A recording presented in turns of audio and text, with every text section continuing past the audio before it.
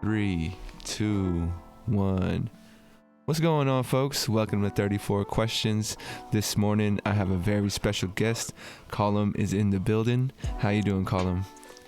I'm very well, thank you. Delighted to be joining you today to have a chat. I think it's interesting that you're kind of just starting your day, as mine is my working day certainly is beginning to wind down. Yeah. We've had some challenges working it out, but I'm glad we were able to. Thank you for coming on. Thank you for your time, and thank you for being open to share your story. I definitely appreciate it. I'm looking forward to it. For sure. For the folks out there unfamiliar with the flow of the show, we do some intro questions, some warm-up questions just to set the tone. Also threw in a couple icebreakers in there, a couple games for the guest, and then after that, we jump into the main interview. Sound good to you, Colum? Sounds very good. All right, man. Well, my very first question for you is, how have you been? It's been a crazy year, and I'm sure you probably had a different experience being where you're from. So you've been doing well. You've been going through it. How you been, Colin? Yeah, it definitely has been very different from previous years because my job usually involves a lot of travel. Obviously, that is something that hasn't happened at all. And I ended up coming back early from a trip because we were told that we would be held in quarantine, and figured that probably wasn't the best thing to do. So we flew back. So I arrived back in Dublin on the day they made the announcement. So I got back to my apartment, and I'm not messing, as I got in the door, I got a text saying, you need to check out the announcement right now. They're announcing the lockdown. So I ended up having to drop my stuff, go to the shop, pick up a few bits and pieces. So definitely haven't, been outside of Ireland since then. So that was different in that respect. But I think I recognize that I'm a lot more fortunate than most. I work with students. I work with international students. I think it's had a huge impact on their experience of Ireland and my experience with them. I love to show them around, love to show them Ireland. But for them, they haven't been able to, go to bars and restaurants, meet with other people. And that's tough as an international student in particular, I think, because you arrive in a new country, a new continent, maybe a new language. You hope that you're going to get to know loads of people, and you haven't had that opportunity. And I also think for people who are probably earlier in their career, it's been really difficult for them because they might be sharing, certainly given the accommodation situation in Dublin, they might be sharing a house with 4 or 5 others that they don't know, and you have no control over those other people's behavior or how they're going to react. I mean, if you're somebody who's very cautious and they're bringing people around, equally if you're somebody who is, doesn't feel, that they, it's, things are, especially now with things easing up and vaccines rolling out, and maybe you think, right, we'll get back into normal life, and they're very concerned. So I recognize that I have definitely had it easier than some. My mother has she made it all the way through. She's fully vaccinated now, which is great. That was the big concern. So overall, it has been very different. But I have been fortunate. I've made it through. I've made the adjustments, and I am now though very pleased that travel is on the horizon, if not immediate, but it's on the horizon, and I am certainly looking forward to getting back to bars and restaurants. I cannot wait to actually go to a restaurant and to meet a friend for a pint in a pub again. But overall, pretty good in fairness. For sure. Yeah, it's funny you mentioned the whole the roommate situation with the students that you work with. I don't know if it is out there, but I know over here it's pretty hit or miss. Sometimes you get a chance to spend time with people that you really enjoy, and then other times the differences are just too much, and a lot of problems arise from that. But I'm glad to hear that you're doing well. Are things getting back to somewhat normal out there? I know out here in the States, especially in California, where I'm from, we're really pushing it to get back to normal in the next couple of weeks or so. How about out there? Yeah, it's slowly. So we Christmas is a really big deal in Ireland, and they made the decision to open up things for Christmas, and just the combination of opening bars and restaurants and schools still being in place and then people traveling for Christmas was an unmitigated disaster. I think that's the only term one could use. So we ended up in lockdown really up until essentially things are going to reopen on the 7th of June. Things have slowly been reopening, but indoor dining still isn't. And December, I kind of made the decision because I had hoped to go home for Christmas that I actually wasn't going to go to a pub or restaurant, because everything I suppose around the virus tells us that indoor is where the issues really occur. If you're outdoor, then happy days. It looks like, and this is where I think it's interesting, because all of the data tells us that it really outdoors, whether you're on the beach, wherever you are, it's safe outdoors. So I'm glad that it's summer. People are kind of being able to do stuff. We've had some issues over the past week or so because so there's an advertising campaign here which is think outdoors this summer. So people have been gathering outdoors, and then the authorities are like, no, we didn't mean like that. And it's when you have people living in the city, particularly in apartments, younger people, it's not like they have gardens that they can go and have these small kind of barbecues and friends over. They're going to go into the city centre. They're going to meet in parks and things like that. So we're definitely in a tension point at the moment. But personally, I think if you have public health authorities who've been telling people that because schools were open here for the past few months, schools are safe and the school playground is safe, then how can you then tell people that gathering at a park isn't? But that's my own opinion. So we're beginning to see normal life resume. We don't know when, say, indoor dining and pubs will be available to us as yet.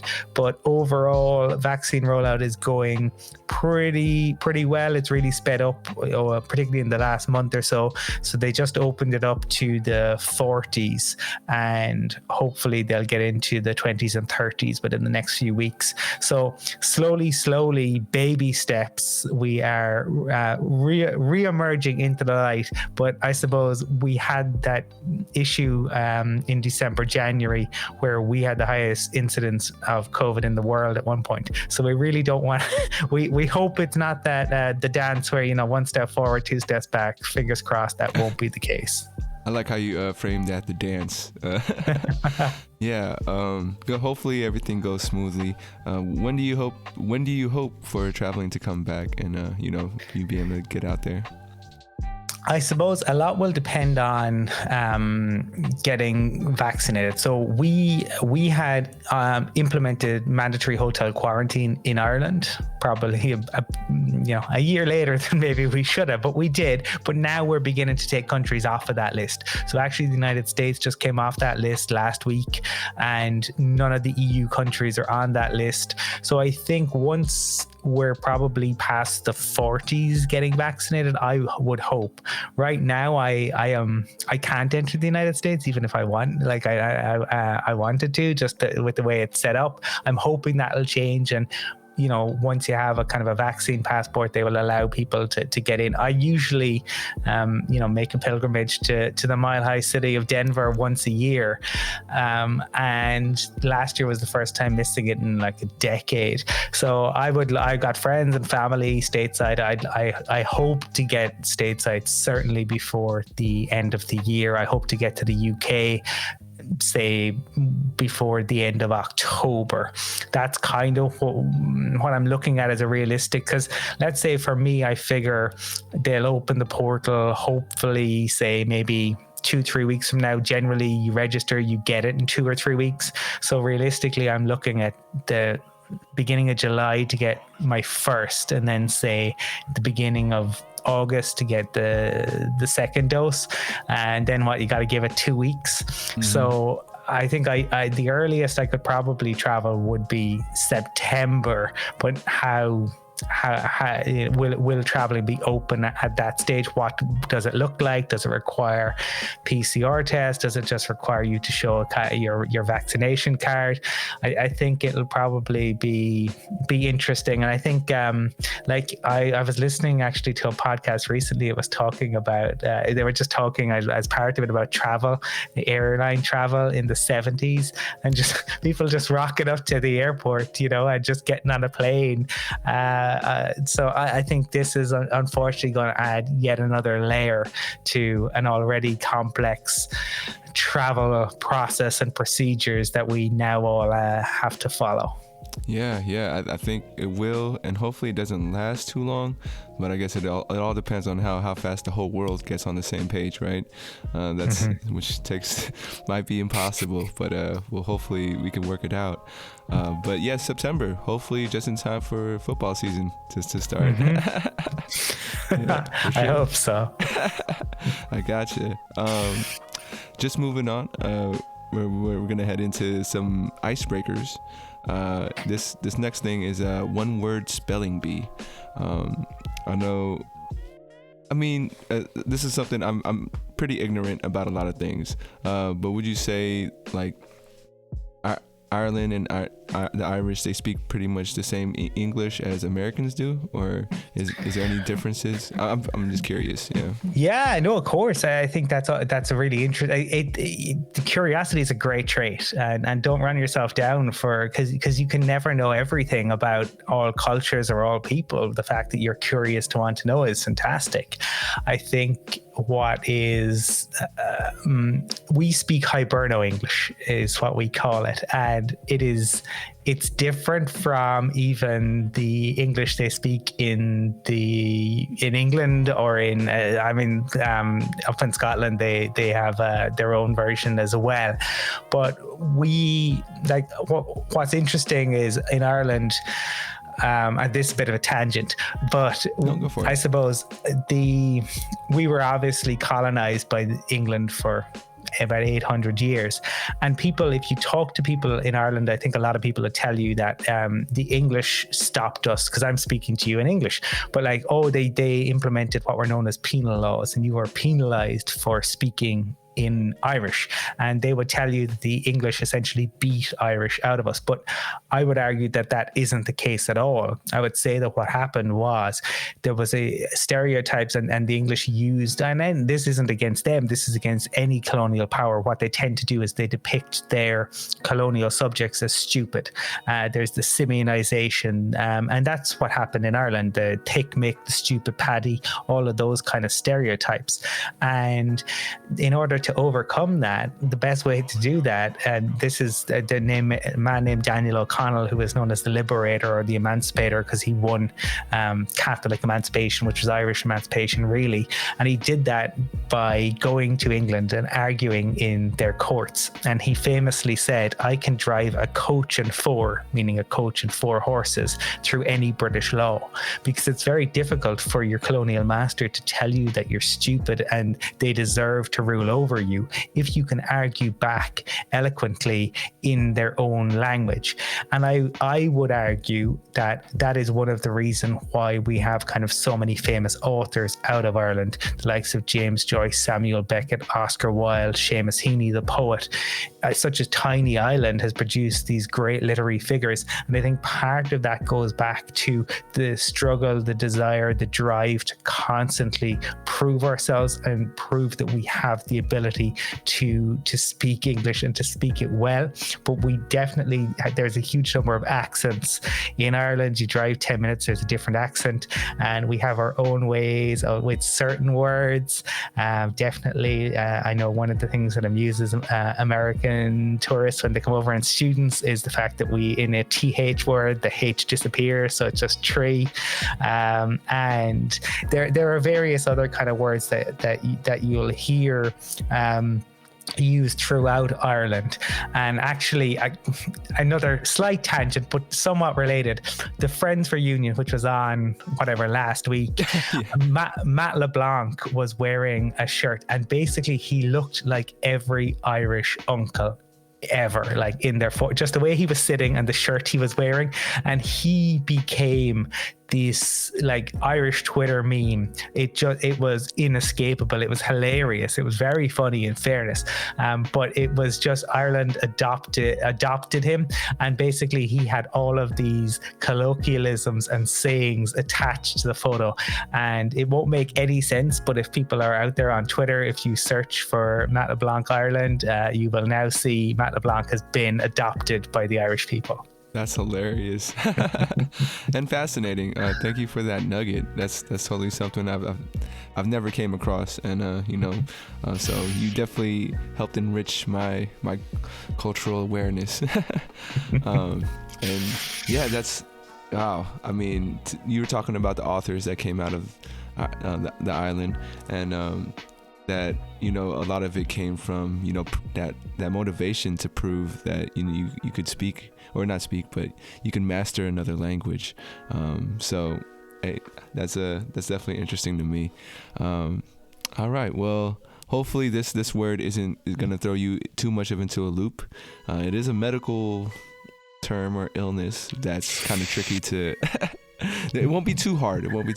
I don't think so. But your word is pneumonia.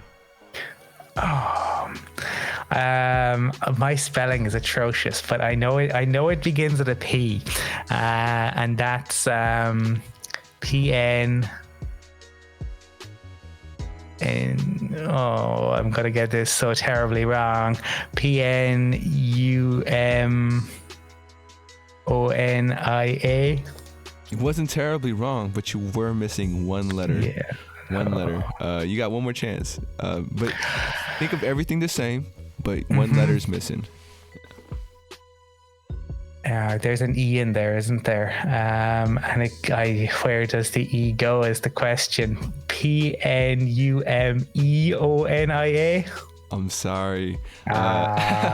It was a PNEUNI. Yeah. There you go.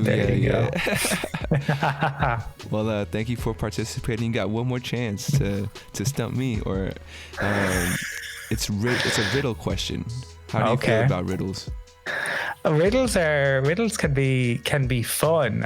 In Ireland, though, I suppose we have a lot of cultures have kind of mythical tales of fairies or things like that. In Ireland, like, the fairies were pretty evil. They used to take your children, and they were fairy forts. And to this day, people don't want to build over a fairy fort or move a fairy fort or cut down a fairy tree for fear of I suppose impacting on the fairies. But a lot of the time in Irish mythology, people are presented with these riddles, and they fail and they suffer terrible consequences. So hopefully that will not be the case if I am unable to solve this riddle. No terrible consequences, I'll tell you that. But your riddle is gonna be: what comes once in a minute, twice in a moment, but never in 1,000 years? Once in a minute, twice in a moment, but never in 1,000 years. The letter M. Oh yeah, you got it. Hey. That's what's up, man. You're the second person to get this riddle, and I mean, maybe it's a little too easy, or people are starting to get the gist of it. But yeah, congrats, man. You got the riddle. At least I got one of them. That was good. No, for sure. Thank you for participating. You mentioned Irish mythology, man, and I'm super interested in that stuff. I'm Filipino, and in the Filipino culture, we're very open to the supernatural. We're very open to mythology. Do you have a favorite figure in Irish mythology, or is there any interesting ones that you would care to share? Yeah, there's loads of interesting ones. I've been to the Philippines myself many years ago now, and loved it. Their people were so friendly, and the best mangoes in the world. But in terms of Irish mythology, there are a number of different ones that kind of come to mind. One of the interesting ones is Fionn McCool and the Salmon of Knowledge. So Fionn McCool was a young guy who I suppose was kind of there are different kind of versions, as there always are with myths. So he was training to be perhaps a druid, perhaps a warrior, depending on kind of what way you want to see it. But essentially, goes to be with this older man to undergo the tutelage, and the older man, alongside training him, he spends a lot of time fishing for the salmon of knowledge. And it's said that basically, if whoever catches this salmon, cooks it and eats it, will retain or obtain all of the knowledge in the universe. So this quest goes on for quite some time, but eventually they catch the salmon of knowledge. And so the older man says to Fionn, he wants him to cook it for him, but not to eat it. So Fionn says that okay, he'll do that. So he's cooking it over a fire, and next thing, what happens? There's a blister emerges on the skin of the salmon. So he goes to burst it, but he burns himself, and he puts his finger in his mouth, and he obtains all of the knowledge. So I like that one, that he obtained all of the knowledge purely by chance. There's one of the interesting things as well in Irish mythology is women are very, very strong. Queen Maeve is one of the predominant features in Irish mythology, and she's a warrior queen, and she's incredibly strong.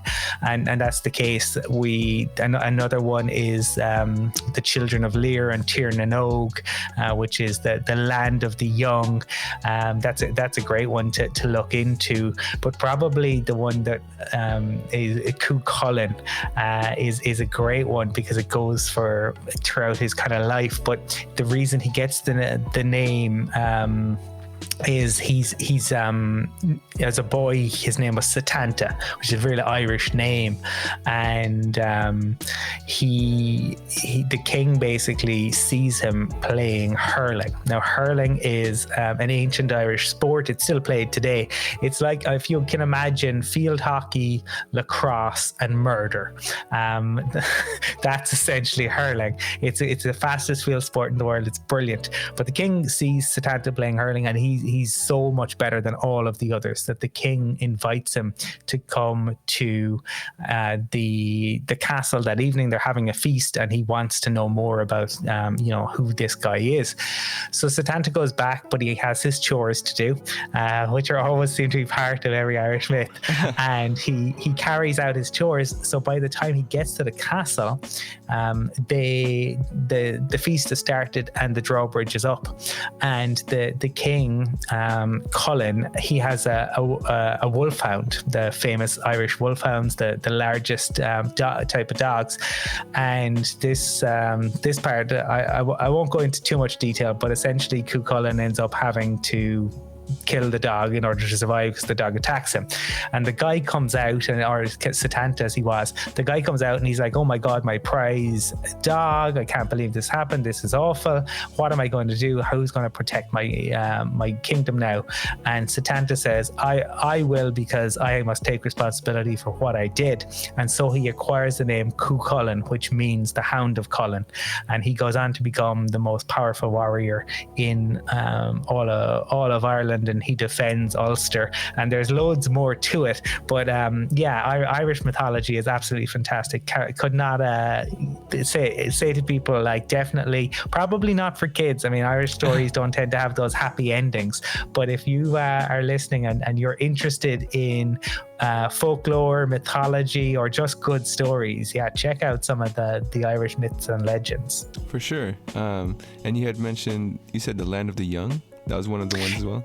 Yeah, so Tir na nog translates as the land of the young, and basically these people go there, and it's a great kind of a tale about love and trying to your love going missing, and then you come back, and then there are a number of different myths set in Tir na Og, because it was a place that came to be associated. So you kind of have people who go to Tir na Og and can return to Ireland in different forms. One as swans is one of the ways. They can also return on horseback. But what happens is, if you touch the ground when you come back to Ireland, you immediately turn to the age that you were. And basically, if you go to Tir na Og, it's timeless. So 800 years might pass, but if you return to Ireland and you set your foot hits the ground, then you immediately would turn to be 800 years old. So you can imagine the many tales of misfortune that happen. But yeah, so people will still. It's interesting because Irish phraseology will still come in. So you'll still hear people say about somebody, if they, maybe in English, I don't know if you're familiar with the term, like, oh, he always has his head in the clouds. Right? So in Ireland, people might say, sure, that lad, he's always in Tir na Og. And it comes to mean the same sort of thing, that he's just away in a dream world, essentially. I can people can definitely say that about me, so same deal. For sure, man. Well, we've made it to some more warm-up questions. This next one is, what would you like the audience to know about you? Oh, that's a great question. That's a really, really good one. I would say, I think it's probably pretty obvious that I'm from Ireland. That's one thing that comes across. But I do think I definitely subscribe to George Carlin's theory around identity and national identity. I'm happy I'm Irish, but it is an accident of birth. I feel fortunate because of that, but I wouldn't go to war because of it. It could have happened. Could have happened that I was born in Germany. It's just how it happens. I think I love music. That is something I would say that no day goes by where I'm not having these headphones on as I'm walking someplace, or just even as I'm working so that's one of the good things about working from home, is that I'm able to kind of actually not just have music via headphones, but I can actually have it on and not have to worry about co-workers or anyone kind of being like, oh, I'm not sure about that. But I used to in the pre-COVID times, I used to go to a lot of live music. I love going to live music because it's good for the soul. I used to go to probably a gig, as we would say, we just call concerts gigs, probably once every couple of weeks, certainly. And that was one of the great things about Dublin as a European capital, and bands always want to play in Dublin, so there was always shows to go to. So I definitely that's something that's very important to me. I am a big sports fan. I think growing up in Ireland, we tend to love sports because we have our own national sports, hurling, as I've mentioned, Gaelic football, which is like a cross between rugby and soccer, but rugby and soccer are both really big here as well. Cycling is really popular. Tennis is pretty popular because of our ties to the UK and to the US with our history. Soccer is enormously popular, and many of the sports that are popular in the States are popular here. So Irish people tend to love sports, and that's certainly an area that I am really fascinated by. Other things that come to mind when I think about that, I read more non-fiction than fiction. Certainly, if I was to look at what I read, it would definitely lean. Not that I don't read any fiction, but I definitely read more non-fiction.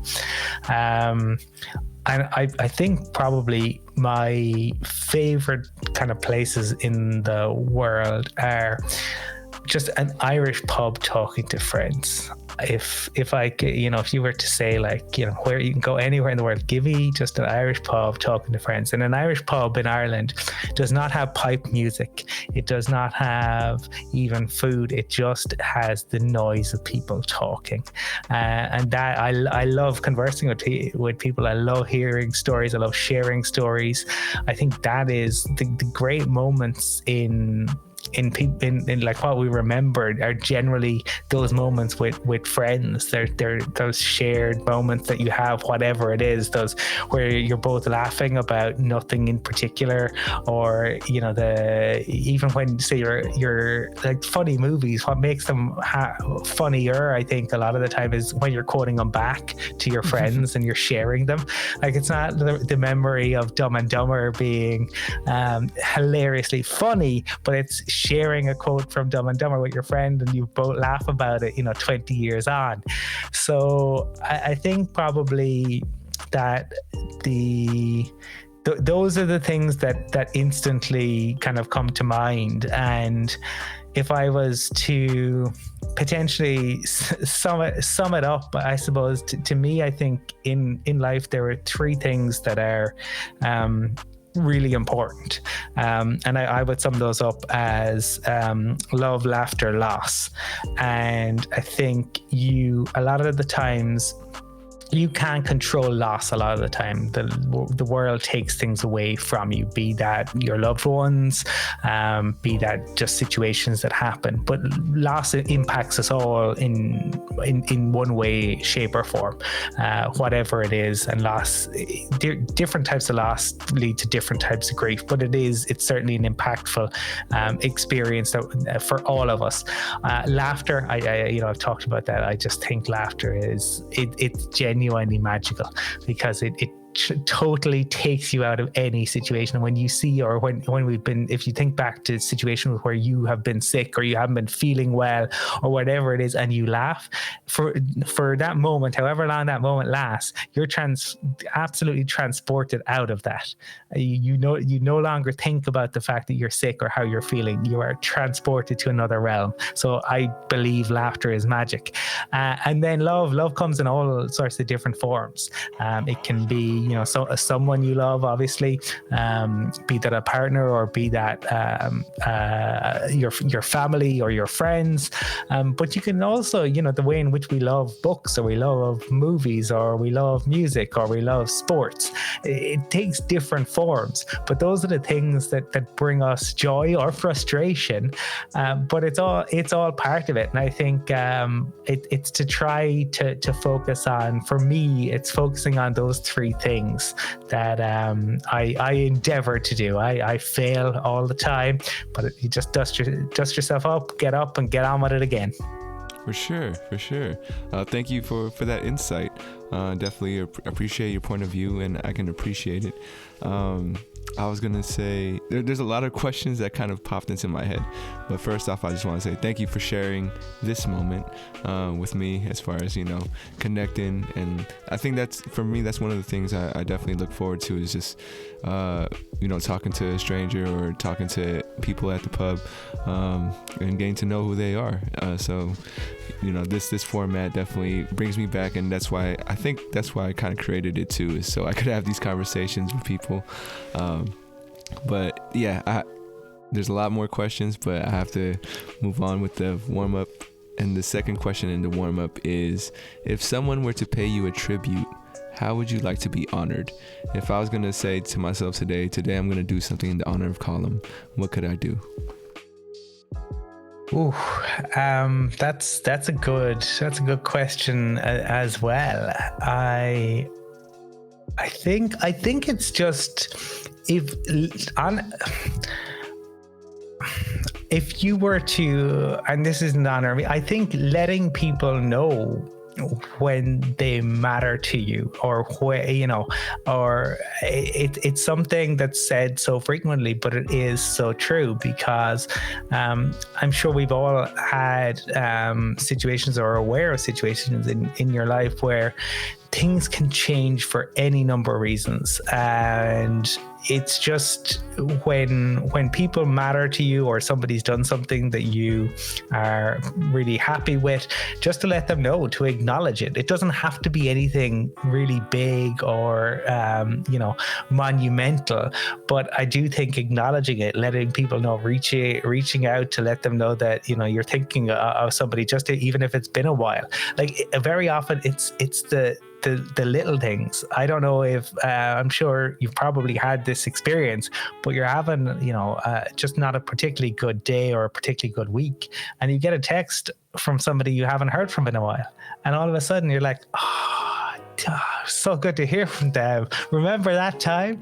And again, you're transported out of it. And so I think when you ask me that question, that's really what comes to mind. And I think that is what I would say is in terms of just keep in touch with people, let them know, because you don't want to have too many regrets about like, I wish I'd been in touch. And it's even in work, it's even in little things. Like one of my favorite sports teams, Manchester United, like they had this kind of legendary manager, Alex Ferguson, who was there for years and years.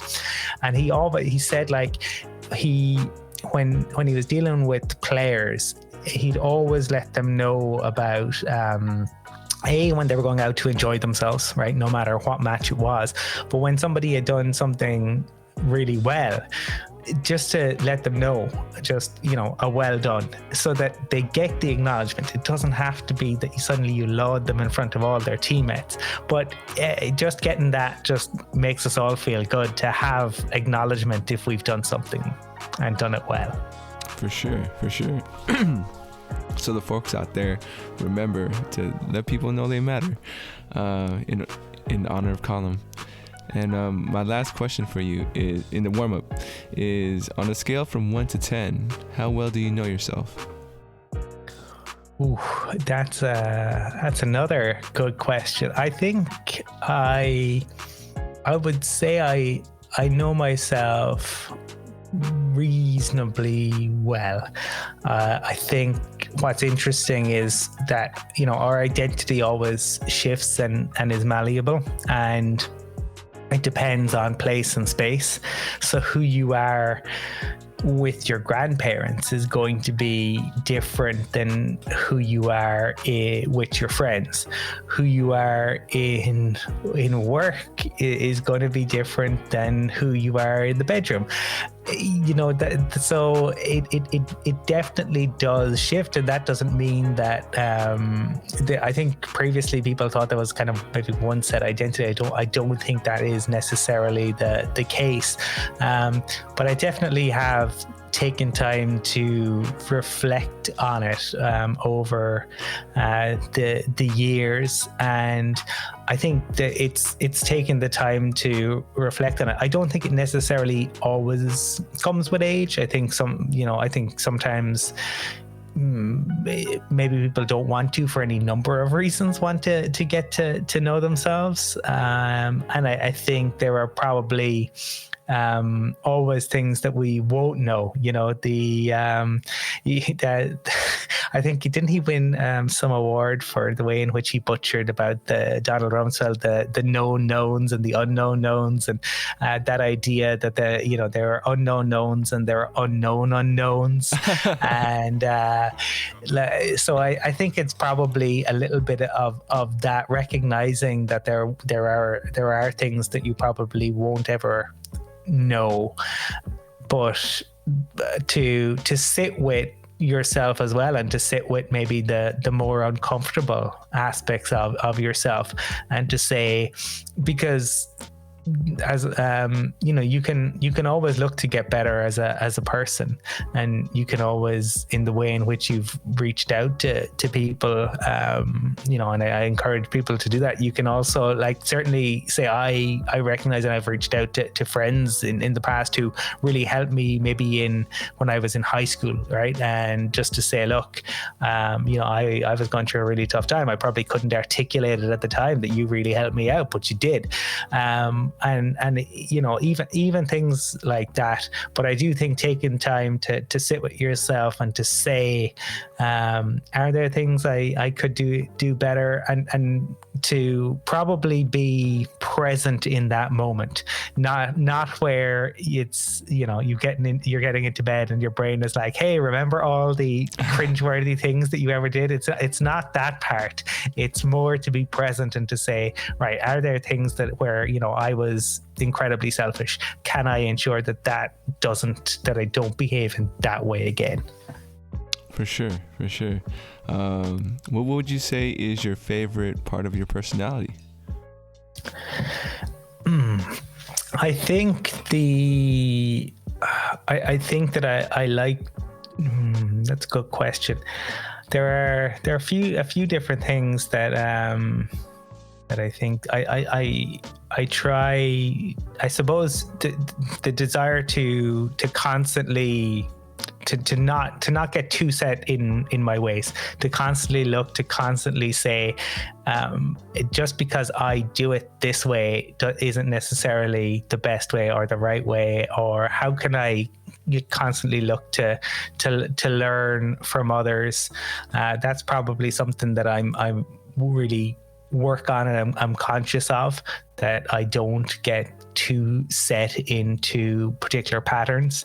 I think that's for me, that's just how I view it. Like, I even say, if when I am commuting to work, I deliberately take different routes all the time, just so you don't get into the same sort of thinking patterns. And I think that's one of the things that I like, and that's why I work on it. And I think also that I really make a deliberate effort to be conscious about not punching down and not judging others based only on my perspective, but to try to get a full picture before judging a situation, because a lot of the time we're seeing one side, and we're seeing it solely through our prism, and there are a myriad of issues, and sometimes you just need to take a step back and really kind of look at it, and I endeavor to do that, and I think that's something I'm happy about. Again, I fail at those things all the time, but it is there are things that I do endeavor to do. For sure. Man, I'm really appreciating the quality answers that you're giving, and I wish we had more time to dive into each one. But we have made it to the main portion of the interview, where you will choose a number between 1 and 34. I have 3 levels: easy, medium, and hard, depending on your comfortability level. So where would you like to start? Let's go with 26. 26. Did you want to go easy, medium, or hard? Let's go hard. Why not? All right. If you could get rid of one emotion, which emotion would it be? Oh, that's a good one. Can apathy count as an emotion? Yeah. I don't see anything against it, but for the folks out there who don't know what apathy is, how would you define that?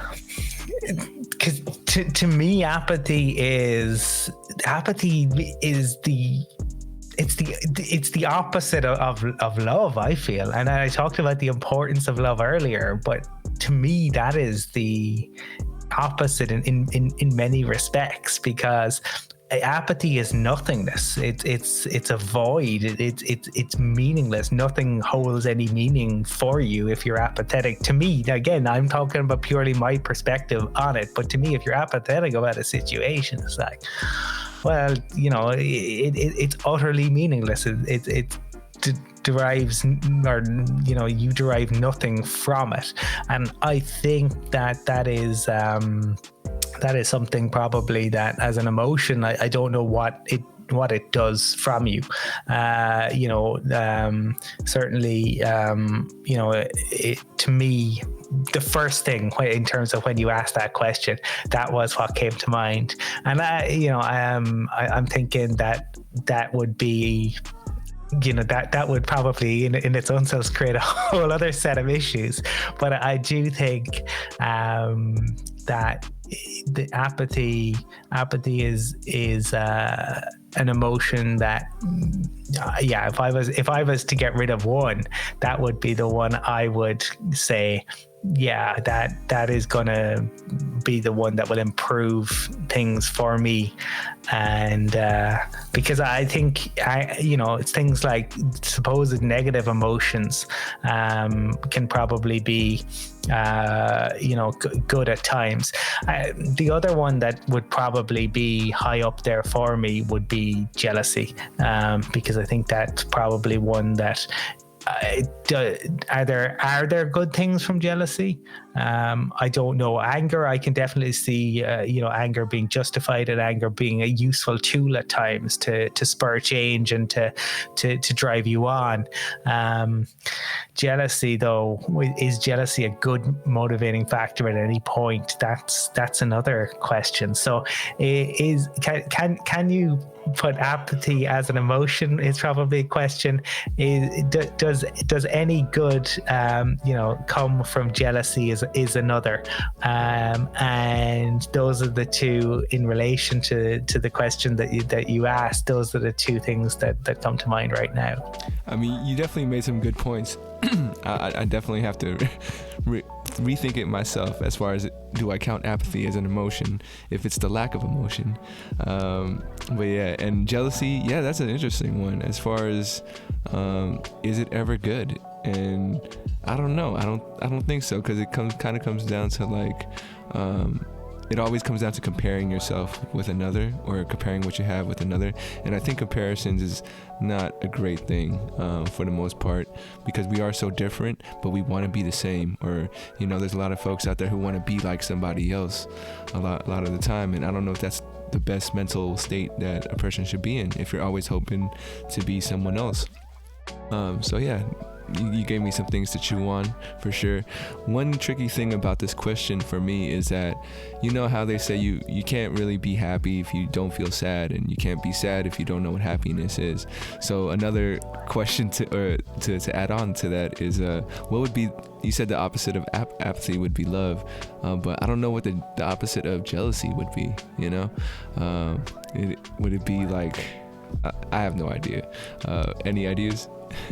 That's a really good question, because I mean, love invokes emotion. I mean, that's what it does. So to me, that's why I say apathy is the opposite of it. The jealousy is it's so negative, and I would absolutely concur with you in terms of what you're saying about the comparison piece, but also it's a lot of jealousy comes from fear. And I don't know if you've ever read Lord of the Flies, but there is the piece in Lord of the Flies, and it's, what's the dirtiest word in the world? And there's four blanks, right, for letters, and you can imagine what people are thinking. But the answer is fear, because fear, it can drive people to do such extreme things. But I suppose depends. Sometimes fear, fight or flight. Fear can be a good thing. If there is a tiger coming down and you're like, I need to get out of here, right? That's fear. But jealousy can be sparked by, I think, fear. It can be sparked by comparison. It can be sparked by greed, by avarice. There are lots of different things that can be the underlying cause of it. I suppose if I was to think of it potentially, I don't know if it's exact opposite, but like joy in ways, because like if you are experiencing true joy, you're not going to be jealous. It's not going to exist there. So I think that's a space where jealousy doesn't exist. I don't know if it's the exact opposite, but I do think if you're in a joyful space, jealousy won't exist. I see what you mean. Yeah, I mean that definitely some stuff I gotta think about, which I do enjoy. You know, all these theories and personal philosophies people have. So I'll be thinking about that. Just a heads up, man. We are flying by through this conversation. We have about 10 minutes or so left on the podcast. I wanted to thank you again for stopping by. I hope this has been a little bit of fun for you. It's definitely been a great conversation for me. Oh, absolutely. You have an absolutely a magnificent approach to the podcast. I really like the way you go about it. But your voice is like perfect for podcasting or radio broadcasting. I definitely think somebody should look to pick you up, because you could do a radio slot no problem, whether it was a slot where you were interviewing people occasionally or even just a slot where you were talking. I think radio stations in California or around the United States would be silly not to at least give you a shot. I definitely appreciate the kind words, man. You know, that's the hope and goal of this project, is maybe to do something like that. But for now, I'm definitely just appreciating where I'm at. You know, how they talk about people who are successful sometimes say they miss being unsuccessful, because that's when the whole journey was starting. And so I'm just trying to appreciate where I'm at, and, you know, meeting folks like you. You know, if I ever do get that opportunity, then you could be like, oh, I was on that show first before the glitz and glamour. But thank you for the kind words, man. It helps a lot more than you know. But I'm sure you do know. You have your own podcast as well, right? Yes, indeed. Can you tell me a little more about that? Sure. So I have kind of two podcasts that I do. So one is a higher ed podcast called Adventures in Advising, and my co-host is actually based in California as well. So we look at higher ed from a lot of different angles. So it's really for anyone who works with students. Obviously, academic advising is a big portion of the American higher ed system. So we speak to academic advisors because they tend to have that kind of 360 view of a student's journey, and they're talking to lots of different areas of a university. But we've also spoken to people in, say, Res Life, people in student affairs, people in student counseling, student health.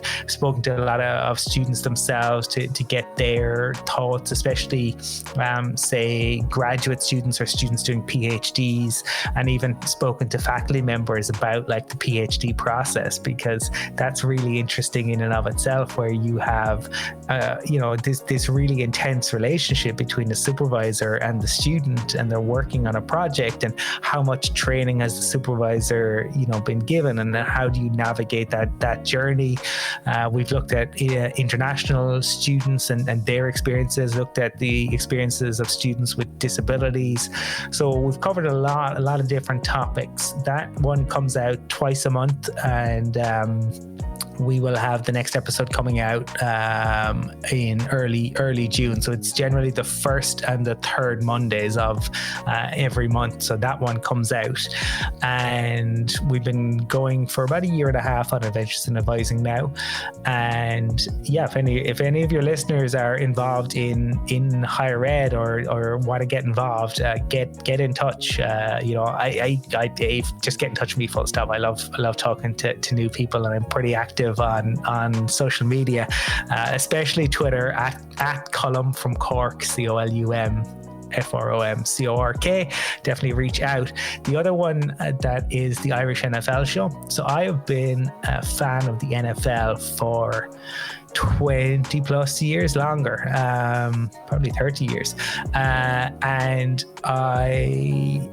which was very unusual in Ireland, because it was not a huge number of my friends were into the sport, but I saw it on TV and I just fell in love with it. And became a fan of the Denver Broncos, which is why you can see the stuff in the background.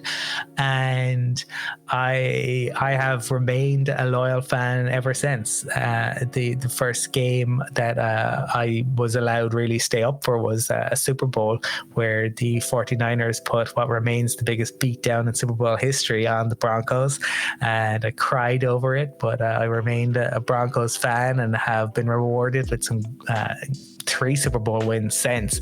But I started with a friend on doing Broncos Europe probably 6 years ago, and then I suppose over, we were very fortunate, got to talk to players, coaches, but then we kind of realized there was probably we loved more than even just the Broncos. We enjoyed watching all the games, so we started the Irish NFL show.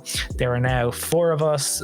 Michael, Brian, and Mark are the other hosts, and we are moving into our 2nd season. We've been really, really fortunate to get to speak to some truly incredible people in the league and get accreditation for the Super Bowl, which was really cool to have the opportunity. Now, again, it was virtual, but we got to ask players questions, and I think they enjoyed it, to hear people with funny accents and asking them maybe questions that were a little bit different from what they usually got asked. They seem to respond really well to it. So that's been really enjoyable, and something that I've probably been able to focus a little bit more on during the pandemic period.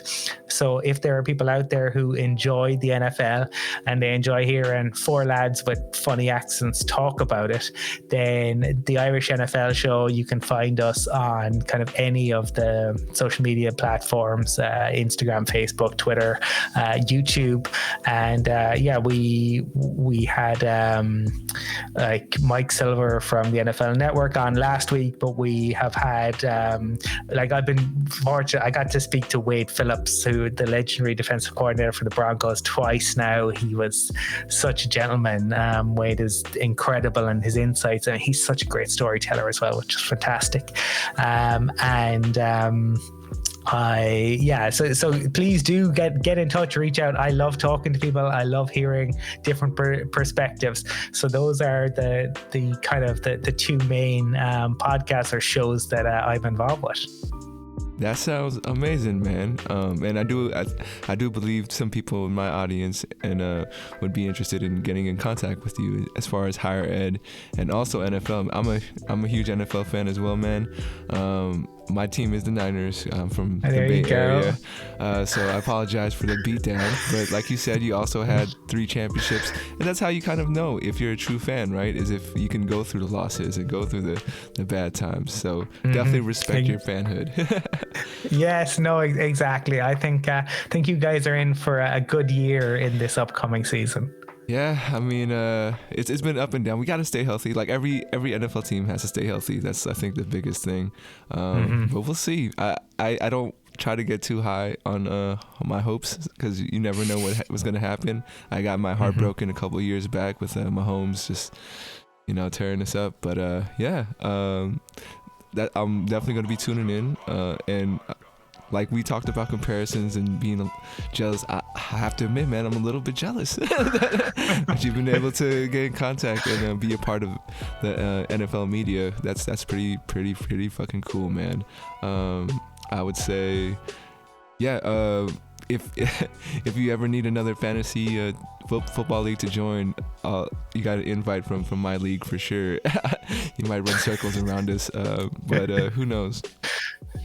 Well, thank you. No, and again, really just appreciate getting the opportunity to come on and chat to you today. It's been a lot of fun, and I want to just wish you continued success with this. And I really do.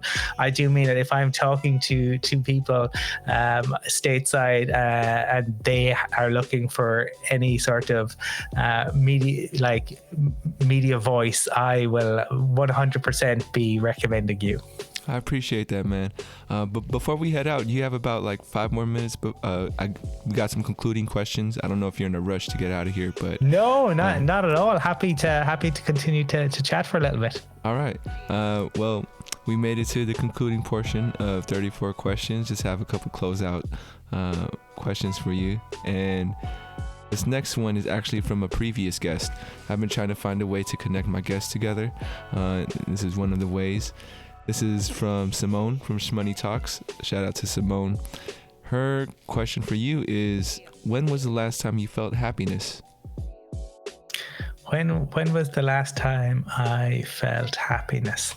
That is, I suppose it depends. I mean, I was actually just before I came down to this interview, I was in the shower and I had my Spotify on. It was on shuffle, and Fireflies by Gorillaz came on, and I loved that song. So I was like, yes, like that little moment about when you have it on shuffle and a song that you really love comes on. So that moment got me. That definitely sparked some joy, as they say. So there was a little bit of happiness in that moment. Now it wasn't like, yes, we've won a Super Bowl, but it was like, yeah, that was because I hadn't heard it in a little while, and that was a moment. So I guess probably about 75 minutes ago or thereabouts. I got you, man. I got you. Yeah, that's definitely an incredible feeling when the universe kind of just puts that perfect song for the perfect time, and when you haven't heard it in a while. I can definitely relate. And my next question is, what would you like to ask the next guest that comes on to 34 questions? Oh, that is something now I'm going to have to consider. What would be a good question to ask, and see. I'm trying to think about what would be an interesting one, and I'm not sure of all the questions that have been asked. I think if maybe go with a kind of a, given I talked about music, maybe a Desert Island Discs type song. I don't know if you've ever heard of Desert Island Discs, but like essentially it's so if they were going to be on a deserted island and they could only bring the music of well, let's be generous. Let's give them 3 artists. Who would those 3 artists be? Gotcha. So, the 3 artists of their discography, like their whole collection. Yeah, I'm going to give you some flexibility. You can narrow it down to an album if you want, or you can just allow them to have an artist, because it might be tough to, or even for time constraints for you, if you're getting down into an album version. I don't know, but I will say essentially if they could only listen to three artists, who would those 3 artists be? I gotcha. That's a good one. And then my very last question for you, the question that ties everything in this podcast is, 500 years from now, your descendants are watching this video, listening to the podcast. What would you say to them? I would say, so we're talking about the year is 2521. I think it would be fascinating to know what it's like then. I suppose what would I ask them? What was Nicolas Cage's last movie? I'm fascinated to see how long he will continue to act for. Would be one thing I would want to know, and I am, I guess, intrigued to see what will happen in terms of technology, because will we progress ever further, or will we kind of roll back on it? Because I think if you've looked, say, do you remember was that, I can't remember, was it 2 or 3 years ago? And there was a video of like a robot being like super clumsy and like falling over. And I saw a video of that same robot, certainly within the last 4 or 5 months. I mean, it's now doing backflips. Where is that going to be in 10 years time? So I'm fascinated to see where technology will be. Will national identity still be? What will that look like? I mean, you don't have to go that far back to see like national identity looked completely different. And you know, that's where that will be, I think, very interesting to see, and the impact, obviously, of what we do to the planet. But I think I'm the Nicolas Cage question is the first thing I'm asking. With CGI, you never know. You know, we could have the actors be in our favorite movies for the rest of the time with that technology. Could be. I don't know if technology will be able to replicate Nicolas Cage. You know, I mean, what I love is he doesn't act, he exists. So like he's perfectly cast in roles where that's how he would act. Like, I don't know if you've ever seen, I give a shout out to Bad Lieutenant. It's a movie by Werner Herzog and Nicolas Cage is in it, and he is absolutely fantastic in it because he plays a cop and he's a corrupt cop, and I think that's exactly how Nicolas Cage would be if he was a cop. Yeah, that's what I'm asking them if I get the chance. They need to make a documentary or film like in the mind of Nicolas Cage, because just the expression on his face, I don't know what's going on in his head. Maybe nothing. Maybe he's just fully in the moment, what every actor kind of aspires to be in. But on the flip side, what would you tell your descendants about you if they were, let's say they were trying to kind of figure out their identity and who they are and how they fit into the world, and they're looking back for their ancestors and like, I wonder what they were like. Well, what would you tell them about yourself? I tell them I love stories, and I tell them that I believe that the majority of people are inherently good people. I think there are some really terrible people out there, but I think that the majority of people are good people, and if you ask for help, they'll help you out. I think that I talked earlier about fear. I worry about the rise of fear, and I know Chris Rock does a joke about like the kid being able to go out and play and they can run from here to here and then here to here, and pretty soon the kid is hopping around on one foot. And I think that 24-hour news media has something to do that, because it just war, death, plague, famine. And we talked earlier about like words and terminology, and words give so much away. When I started working with study abroad students, which is 15 years ago, what was new was weird, right? But weird is like, I don't understand that. What's that about? Now everything is creepy. And creepy has a totally different connotation. Creepy is like, I don't want anything to do with that. I am, nope, not for me. So I would say to them to be less fearful, not to eradicate it completely, but or what I want them to know. I would say that I would want them to know that I endeavored to live my life with less fear, not no fear, but certainly with less fear. And that's what I'd say. I as I mentioned earlier, I do a lot of traveling for work, and I will always try to get out of the hotel and to eat in like a local restaurant and to walk around and to meet people in the local area. And of course, I'm not going to like go around if it seems that I shouldn't. But I have been very fortunate, really fortunate, to travel all over the world and to meet fantastic people. And almost everywhere I've gone, people have been great. I've had a great time. People have been so welcoming, so friendly. If we don't speak, if we speak different languages, we've found a way to muddle through generally. And I think that's one thing I would wanted to know. If you remember, I mentioned very early on about being, about curiosity. And I think that's one thing I would like them to know. Retain that sense of curiosity. That's one thing I endeavored to do. I think sometimes the world can lessen that as you get older and dull that sense of curiosity. And I think we should retain that. And then the world is an infinitely more magical place when you retain that. No doubt. And yeah, I never thought about it that way, but I guess when we do get older, we start thinking that we do know everything. And then hopefully we can scale it back to just remember that there's a much bigger picture than what's in our heads. Well, any last things you want to add before we head out of here?